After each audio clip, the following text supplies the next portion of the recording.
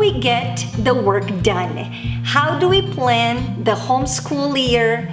How do we get our kids to do the work that they need to do? How do we keep them accountable? This video is all about how we went from battling homeschooling to still complaining sometimes, but getting the work done. Hi, my name is Andrea. If you're new here, this is our second year homeschooling my 7-year-old who is in second grade. I want to share with you our journey of actually getting the work done. I think the main thing is that we want the work to be done, but not only the work to be done just to check off books and be like, oh, we're done with this, on to the next, but we want our kids to learn. We want our kids to be excited about learning. We want our kids to be in charge of their education, take ownership. And I think coming from this idea that I am raising an individual who will be in charge of her life, I want to teach her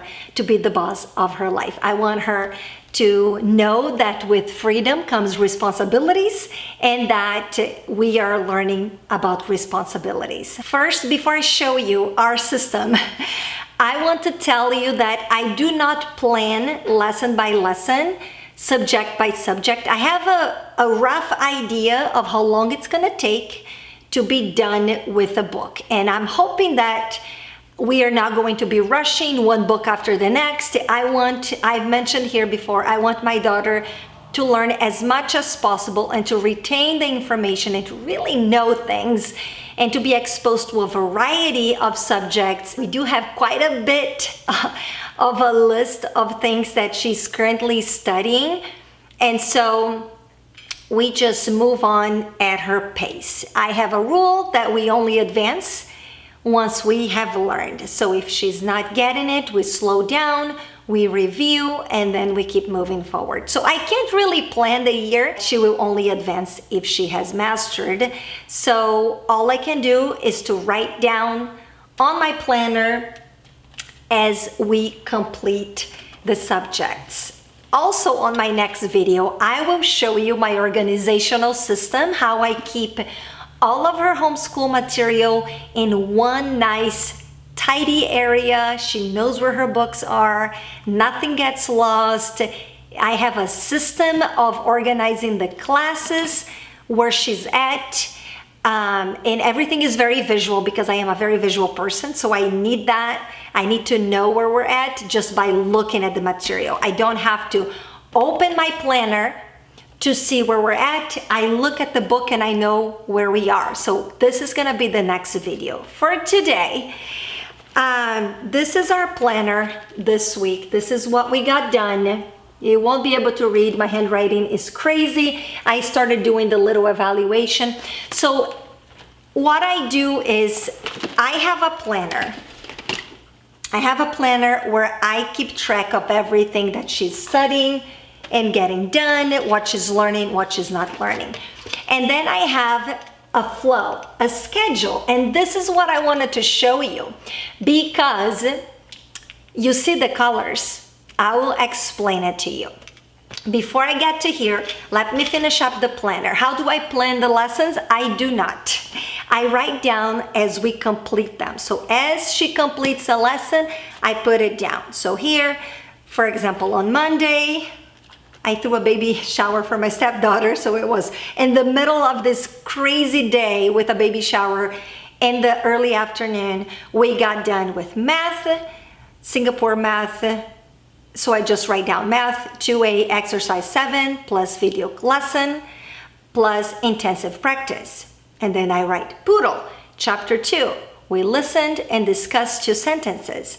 All about reading 3, lesson 8 complete. All about spelling 1, lesson 19, half the lesson. Philosophy, 1 chapter plus discussion. Inference Jones, 1 page. So I just write down all the things that she got done. It will be really hard to read because my handwriting, I need to work on my handwriting as much as she does. So I just write it down and we will be done with the book or the material when we are done with it. Now we stay diligent at working, and this is where this amazing flow on an acrylic board, it helps me because we'll choose one color per day. As she completes the assigned lesson, she marks the lesson that she's completed. If she wants to do a lesson, if she skipped a lesson, you can see a different color here. She skipped a lesson for whatever reason, there was no time to do.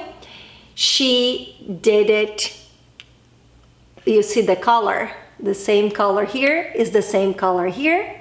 So she did this class lesson from Monday, yesterday, on Thursday. Okay, so this has been such a game changer for us because she's taking ownership. She knows that those are the things that she needs to do. Now, there is a whole lot of things here. This is an extensive list of work that she needs to do every day. I've mentioned before in other videos that some of these classes are literally 1 page or 2 pages or something that she gets done in less than 5 minutes. A lot of these, it doesn't take very long. If she just puts her head down, and she will be done with school in about 2 hours. 2.5 hours. Most of the days doesn't work like that because kids, they get distracted. Some days she's really good about it. Other days it doesn't go as fast as we would hope.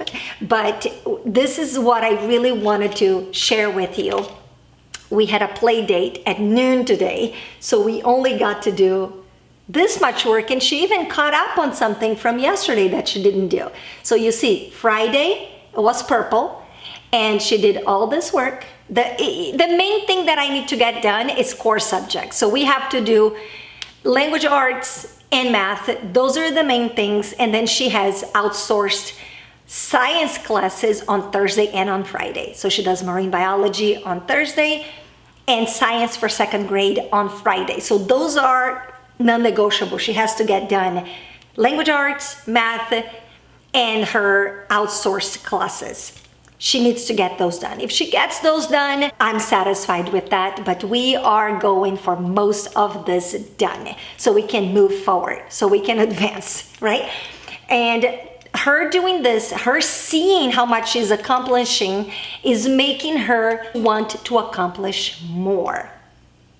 And I want to share more about this in a future video. I won't have time today because today I just wanted to tell you about how we're keeping track of the work, how I'm keeping her accountable, and really having her know what to do by having a schedule that is there that she can take with her, that she can look.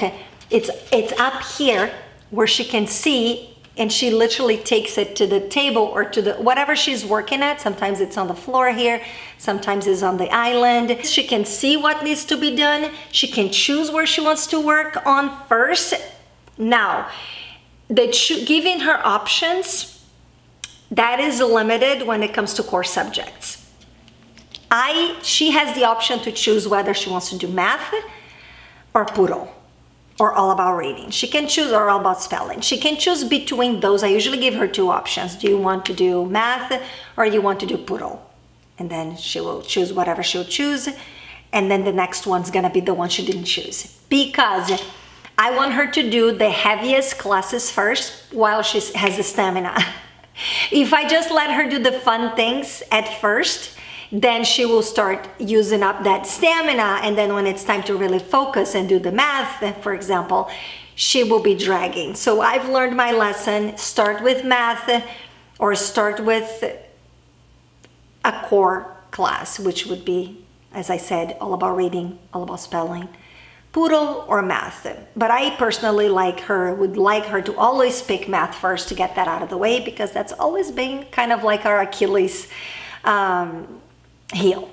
So yeah, I think this, if you try this and you challenge your child to complete the schedule, I think that you will find that she will be way more likely to get the work done. I will always prioritize social time over sitting with books. If we have an opportunity to be around other kids, to socialize, to do something that will challenge her beyond what I can challenge her here in the house. We can do schoolwork at any time.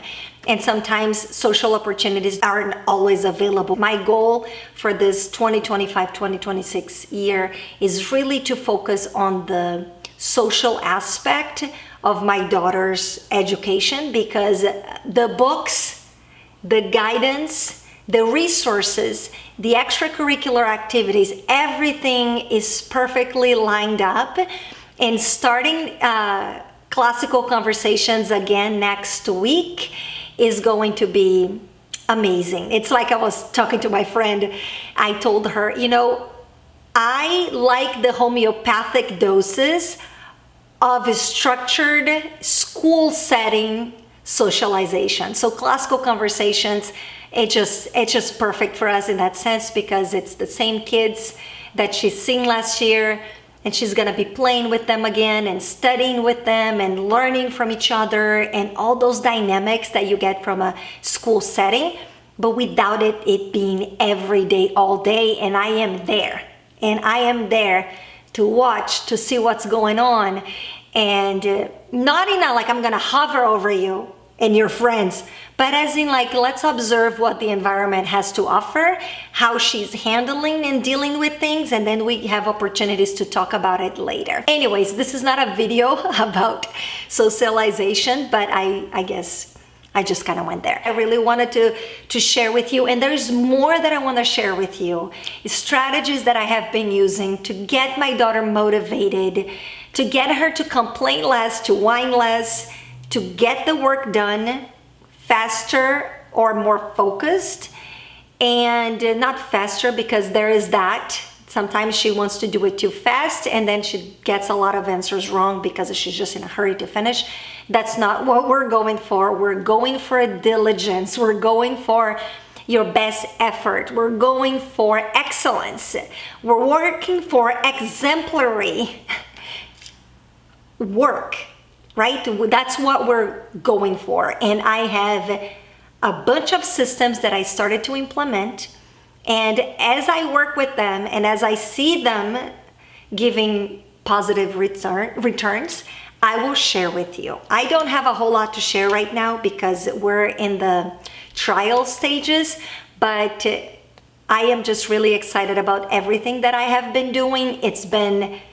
I'll tell you, it's been a full-time job, and ask my husband. He says he doesn't see his wife very often because I am just stuck in the office, which, by the way, all the laundry has been taken care of. I just happen to like this a lot better than the office. I have been just researching, reading so much, educating myself. I was just telling my friend, I have been getting a full education in education to be able to provide the best education that I can for my student. But more importantly than just getting good books and having her go through them, it is helping her fall in love with the process, helping her enjoy the struggle that is learning sometimes and doing the things we don't want to do, right?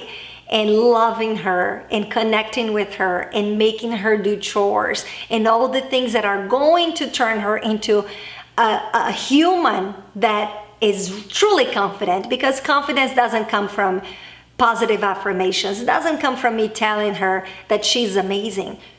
Confidence comes from the ability, from the knowing that she is capable of doing something, that she has self-efficacy. Enough for today. I will make the video about our setup, our homeschool setup, and I will see you next time. Ciao, ciao.